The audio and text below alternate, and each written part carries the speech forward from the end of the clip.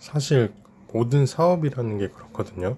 사업뿐만이 아니라 주식도 그런 게 갑자기 뜨거나 갑자기 오른 아이템들은 오래 가기가 어려워요. 그러니까 천천히 인지도를 쌓고 인기를 인기가 서서히 차오른 그런 사업 같은 경우에는 망하는 것도 천천히 망한단 말이에요. 그러니까 대처를 하기가 쉽죠. 근데 탕후루라는 품목 자체가 애초에 우리나라 음식도 아닐 뿐더러 그러니까 너무 갑작스럽게 들어온 음식이란 말이죠. 그래서 누군가가 매장을 차리고 너가 잘 돼? 나도 잘 돼야지 하면서 번화가에 한 건너 탕후루집이 이렇게 생겨버리니까 경쟁이 심해질 수밖에 없고, 그렇다고 탕후루 집마다 특색이 있냐? 뭐 어디 탕후루는 더 바삭하고 뭐 얇고 어디는 두껍고 뭐 이렇게 차이는 있다고는 하는데 그 정도 차이일 뿐이지 결국에는 그냥 뜨거운 설탕에 코팅된 과일이란 말이죠. 그냥 다 똑같다는 말이에요.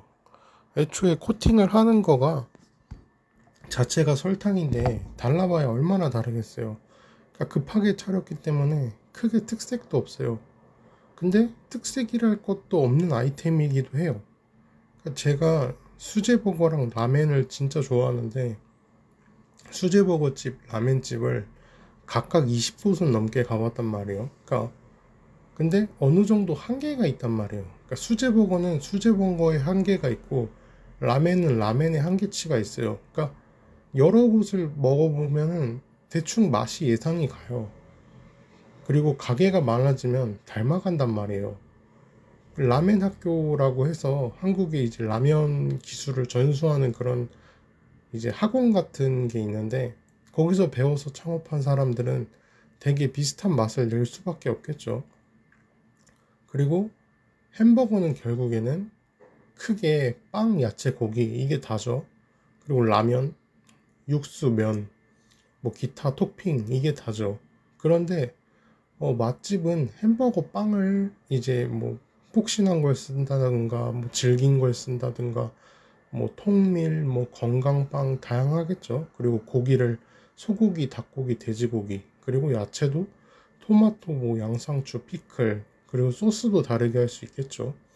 근데 이 소소한 게 차별점이지만 그래봤자 햄버거란 말이에요. 그러니까 다른 햄버거에서도 거의 다 비슷비슷할 수밖에 없다는 거죠. 그 라면은 육수 배합, 면을 뭐 직접 뽑는가 아닌가, 스프를 닭 또는 돈코츠, 돼지사골, 간장, 소금 베이스 등등이 있단 말이죠. 근데 이것조차도 스프가 이제 공장에서 나오는 그런 기성품이 있기 때문에 라멘집도 그런 집은 다 망하거든요. 그러니까 라멘은 제가 20곳도 아니에요. 한 30곳은 넘게 가봐서 그냥 라멘집은 먹으면 이 집 망하겠구나 이게 느껴져요. 왜냐면 그런 기성품은 그 기성품 특유의 맛이 있거든요. 하도 많이 먹어봐서 이제는 좀 그걸 알 정도가 됐는데 그런데 이제 탕후루, 과일, 설탕 그리고 뭐가 있냐는 거죠. 과일 종류가 다양하다고 한들 과일이 다른 거지 결국에는 다 알고 있는 과일 맛이잖아요. 그리고 설탕이 뭐 지역마다 다른 맛의 설탕이 있거나 뭐 설탕이 다른 나라 설탕은 뭐 맛이 틀리다거나 이런 것도 아니고 결국에 탕후루 가게마다 특별히 맛이 다른 것도 아니면 특별히 찾아갈 필요도 없다는 거예요. 어느 탕후루 집을 가든. 그러니까 재료적인 한계가 그냥 두 가지에서 끝나버리는 거예요. 과일, 설탕. 그리고 저도 탕후루를 먹어봤어요. 근데 맛이 없냐? 맛은 있어요. 근데 저는 먹자마자 이거 망한다는 느낌이 바로 든 게 자주 먹기에 되게 부담스러워요. 그러니까 한국인 자체들이 한국인이 단맛 자체를 좀 민감해하는 사람들이 많아요. 그러니까 맛있게 단맛은 좋아하는데 그냥 달기만 한 그런 단맛 자체를 별로 좋아하지를 않는단 말이에요. 마카롱도 한동안 엄청 유행이었죠. 근데 마카롱 가게도 거의 다 죽었어요. 그러니까 저는 탕후루는 한 번 먹고 그 뒤로 단 한 번도 사본 적이 없는데 디저트라는 것 자체가 애초에 필수 소비재가 아니죠. 그러니까 먹으면 좋지만 안 먹어도 그만이라는 거예요. 그러니까 경제가 안 좋으니까 더 안 사 먹게 되는데, 과일을 먹으면 되는데 굳이 설탕까지 먹어야 되나? 맛이 너무 달다는 거예요. 과일 자체가 단데 거기에 설탕 더 달죠. 그러니까 달고나도 저희 나라 음식이잖아요. 뭐 다른 나라도 뭐 다른 식의 설탕 그런 음식이 있긴 하지만 오징어 게임 때문에 이제 유명해지고 유행해서 달고나 뭐 관련된 게 많이 나왔잖아요. 달고나 커피 뭐 그 달고나, 근데 유행했지만 금방 사그라들었단 말이죠. 왜냐면 자주 먹기가 부담스럽거든요. 그러니까 달고나는 탕후루 생각하면 거의 반가격이죠. 근데도 안 사 먹어요. 보통 뭐 싼 데는 1,500원, 2,000원까지도 하는데 너무 다니까 자주 먹고 싶지가 않다는 거예요. 창업할 때 여러분들이 생각을 하셔야 되는 게 탕후루를 일주일에 몇 번이나 먹겠냐는 거죠. 그리고 다음 달에는 먹을 건가? 내년에도 과연 탕후루를 먹을까? 이런 생각을 한 번쯤은 해봐야 되는 거예요. 그러니까 커피 같은 경우에도 매일 마셔도 크게 부담이 없죠. 그리고 술 같은 경우에는 다음날 되게 지장을 주기 때문에 금요일, 토요일 주로 이제 술 장사가 잘 된단 말이죠. 일요일, 월요일은 출근해야 되니까. 그러니까 그래서 비교적 덜 팔리고, 그리고 술만 전문적으로 하는 그런 가게 같은 경우에는 애초에 문을 일찍 열지도 않아요. 왜냐면 그 시간에는 안 팔리고 의미가 없다는 걸 아니까. 그래서 이제 술집 같은 경우에는 아예 그냥 5시, 6시에 문을 여는 곳들도 있단 말이에요. 그러니까 직장인들 상대를 해야 되니까. 그러니까 저는 오히려 탕후루가 과일이 신선하다는 게 문제예요. 그러니까 신선해서 문제예요. 그러니까 중국은 신선한 과일이 아니라 신선도가 떨어지는 과일로 만든대요. 그래서 저는 어, 오히려 신선도가 떨어지는 과일이 낫지가 않나 이런 생각을 하는 거예요. 그러니까 신선도가 떨어지는 과일은 단맛보다 약간 신맛이 강해지거든요. 그러니까 설탕을 발라도 단맛, 신맛이 적당히 잘 어울리면 맛있을 것 같거든요. 근데 이게 완전히 제 뇌피셜도 아닌 게 중국인들이 좋아하는 탕후루 중에 하나가 산사 열매 탕후루라고 해요. 근데 이 산사 열매 자체가 맛이 베이스가 신맛이래요. 그러니까 레몬처럼 애초에 신맛인 거예요. 산사 열매 자체가.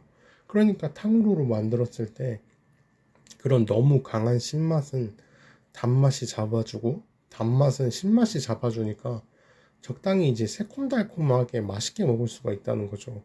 근데 우리나라 탕후루는 신선한 과일로 만든다는 게 큰 단점이에요. 신선한 과일을 공수해 와야 되기 때문에 가격이 훨씬 비쌀 수밖에 없어요. 막 요즘에는 흔히 겨울에 붕어빵 2개도 1,000원이 막 비싸다고 하잖아요. 옛날엔 1,000원에 막 3개, 더한 데는 막 1,000원에 4개까지도 파니까. 근데 지금은 과일값이 너무 오르기도 했고요. 사실상 설탕 코팅 입힌 과일 몇 개잖아요. 4개 막 5개. 근데 3,000원, 4,000원 주기에 부담스럽단 말이에요. 근데 4,000원, 5,000원까지 간다면 이게 비싸고 부담스러워서, 그러니까 애초에 신선한 과일이면 그냥 먹는 게 훨씬 더 좋다는 거죠. 그러니까 생선을 예로 들면 정말 신선하게 막 살아있는 화로를 회로 먹으면 되는데 굳이 화로를 그 자리에 죽여서 간장 조림을 만들어서 먹는 거랑 다를 게 없다는 거죠. 신선하니까 당연히 맛은 있죠. 근데 굳이 왜 그래야 되냐는 거죠.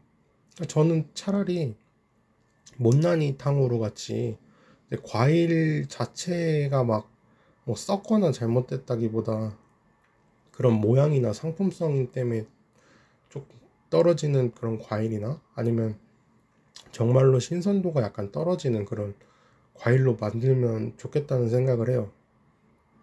마트나 시장에서도 이제 조금 며칠 된 그런 과일들은 싸게 팔거나 그래도 안 팔리면 이제 폐기할 수밖에 없거든요. 근데 그런 과일들을 이제 좀 저렴하게 탕후루 가게에 납품을 하고 탕후루 가게는 또 저렴하게 탕후루 과일을 이제 받아서 만들면은 싸게 팔고 이제 싸게 사는 그런 유통도 만들어지고, 이제 탕후루도 가격을 많이 안 올려도 되니까 이제 서민들도 이제 계속 사 먹을 수가 있거든요.